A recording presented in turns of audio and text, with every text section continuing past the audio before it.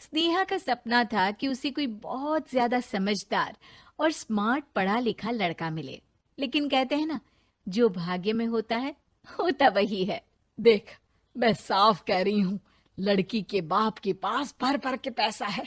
अरे एक बार लड़की ने तुझे पसंद कर लिया तो समझ के पैसे की तो नदियां भर जाएंगी, लेकिन फिर भी तेरी प्यास नहीं बुझेगी बेटा।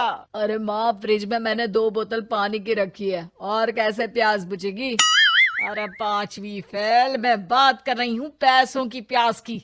तू गवाह नहीं समझेगा इस बात को। बस तुझसे लोगों की नौकरी करवा लो। वो क्या है ना आशीष की माँ, वो सीधा है, और जिसे तू लोगों की नौकरी बोल रही है ना, वो आशीष का प्यार है अपने लोगों के लिए, जिनसे वो प्यार करता है या जिनसे जुड़ा हुआ है वो। अरे जमाना नहीं रहा वो। अरे आज की डेट में तो ना बेटा माँ का है, ना ही पति पत्नी का। कैसी बात कर रही है माँ? चाहे दुनिया यहाँ की वहाँ क्यों ना हो जाए, मैं आपके बिना नहीं रह सकता। ना ही मैं आपको कभी धोखा दे सकता हूँ। अरे हाँ, ठीक है ठीक है। देख, लड़की को पढ़ा लिखा लड़का चाहिए तो वहां चुप रहना। जबान खोलेगा तो पता चल जाएगा कि 5वीं पास है। अरे तो पढ़ा देती ना आगे।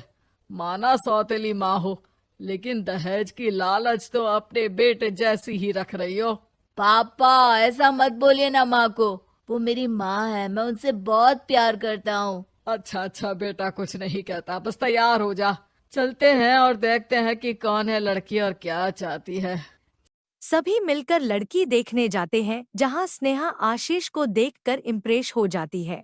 वाह, कितना हैंडसम है। काश इससे मेरी शादी हो जाती, लेकिन पता नहीं कितना पढ़ा लिखा है। स्नेहा, लड़का बहुत अच्छा है, बेचारी की माँ दूसरी है, लेकिन देख रही है ना, हीरा भी इतना चमकीला नहीं होगा जितना कि ये। स्नेहा को समझ नहीं आता कि वो क्या करे। वो आशीष से मिलती है और उसकी सादगी उसे भा जाती। मैंने नहीं सोचा था कि इतना पढ़ा लिखा लड़का मुझे मिलेगा। मैं शादी करने के लिए तैयार हूँ। और फिर स्नेहा और आशीष की शादी हो जाती है। शादी के बाद सासू माँ कहती है, अरे बेटा, वो तेरे जेवर मुझे दे दे, मैं संभाल कर रख दूंगी। स्नेहा, जो कि खुद भी एक समझदार लड़की थी, नहीं नहीं, मैं अपने जेवर नहीं दूंगी। उसके लिए तो मैंने पहले ही लॉकर खुलवा लिया था माँ जी। ये मेरी कुछ आर्टिफिशियल ज्वेलरी है, इसे रख लीजिए। वैसे मेरी अलमारी में जगह नहीं है ना। सास बेचारी नई नई बहू से क्या उलझती। सुनिए जी, मैंने आपके लिए खाना और नाश्ता बना दिया है। ऑफिस कब जाना है? कौन से ऑफिस में? मैं तो घर का सारा काम करता हूँ। हाँ, क्या बात कर रहे हैं? इतना पढ़ लिख कर आप घर का काम क्यों करते हैं? कितना पढ़ लिख कर? मैंने तो सिर्फ 5वीं तक पढ़ाई की है। तभी वहाँ सासू माँ आ जाती है। अरे 5वीं तक भी पढ़ लिया तो समझो मेरी कृपा से, वरना तो जो इसके लक्षण थे ना, क्या बताना। अच्छा आशीष, जरा बाहर जा और भाग कर टूथपेस्ट लेकर आ।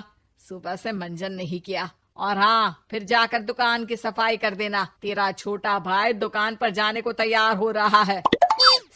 स्नेहा ये सब सुनकर हैरान रह जाती है। वो सोचती है कि उससे कुछ गलती हो गई जो उसके साथ ऐसा हुआ। आशीष स्नेहा के पास जाता है। सुनो, तुमको तो मैंने पहली मुलाकात में ही बताया था कि। स्नेहा आशीष की बात ही नहीं सुनना चाहती है। वो जोर से चिल्लाती है, चुप रहो बिल्कुल, गंवार कहीं के।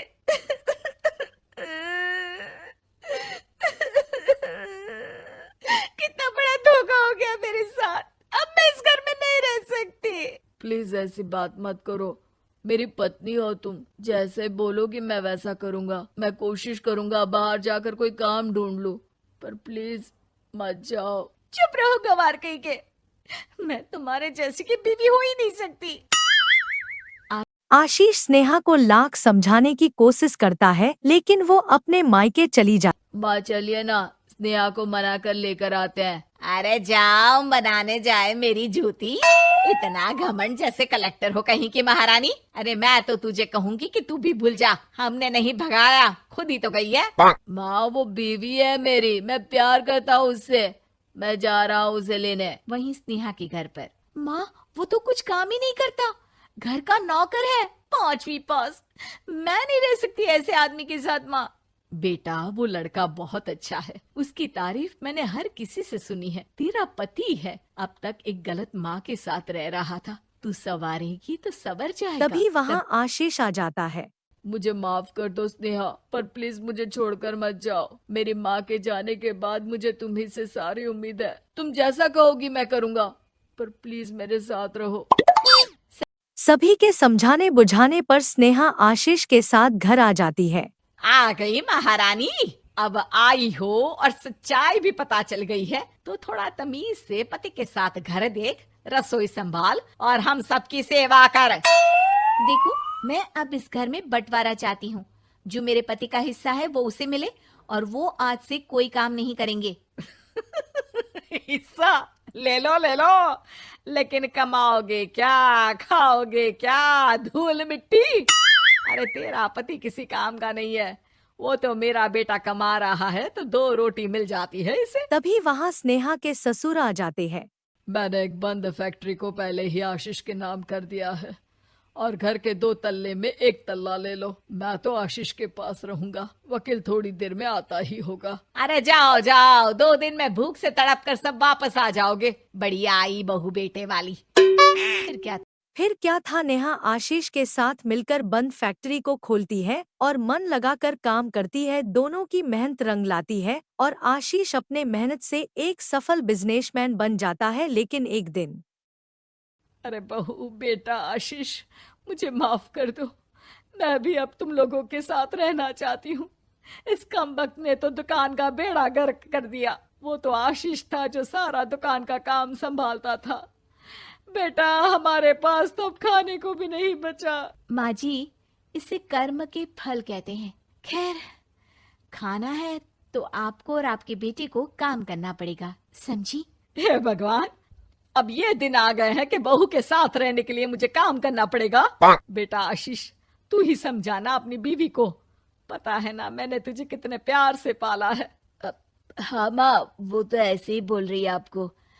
अरे घर में कामकाज के लिए बहुत सारे नौकर चाकर है, आप आराम से रहिए माँ।